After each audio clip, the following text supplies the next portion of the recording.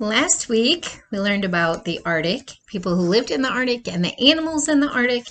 This week, we're going to talk about things that live in the desert. So animals that live in the desert. So first of all, you're going to have this page, which is in your email, all about our Earth's ecosystems, the desert.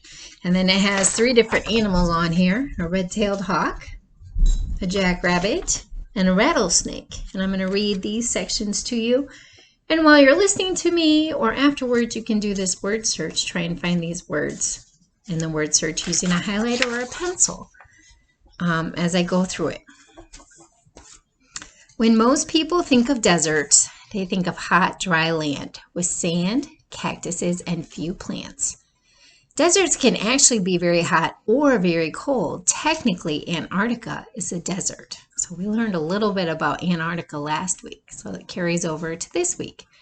But they all receive very little rainfall. Plants and animals that live here are highly adapted to deal with extreme conditions, including little water, high heat, and little plant life. Animals and plants that make hot deserts their home include coyotes, cactus, camels, lizards, many kinds of insects and arachnids. Arachnids are spiders, snakes, jackrabbits, and many types of birds. In hot deserts, rainfall will often come in heavy storms, frequently causing flash floods. So it does rain, and when it does, it's hard for the ground to soak it all up at once, and so that's what causes the flooding. And then I'm going to read down here where it says desert stats. And here's that word search. I'll hold it up at the end so you can look for more words. You can pull it up on your tablet or computer and edit it and highlight the words that way, or find them with your finger. Or if you have a printer and can print it out, you can do it that way. Deserts take up 20% of the Earth's land surface. The driest desert in the world is the Atacama Desert in South America. I'm not sure how to say that one. It is estimated that some areas didn't receive significant rain between the years 1570 and 1970. That's over 400 years of not getting significant rain. It's crazy.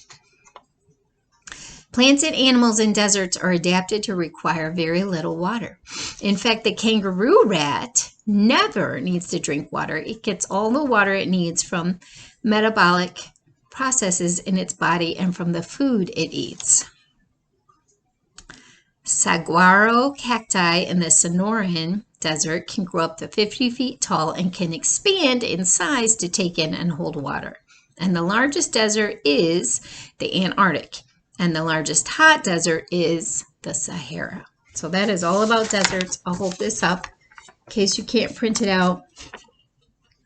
You could pause the video and find the words this way, if you can see them all.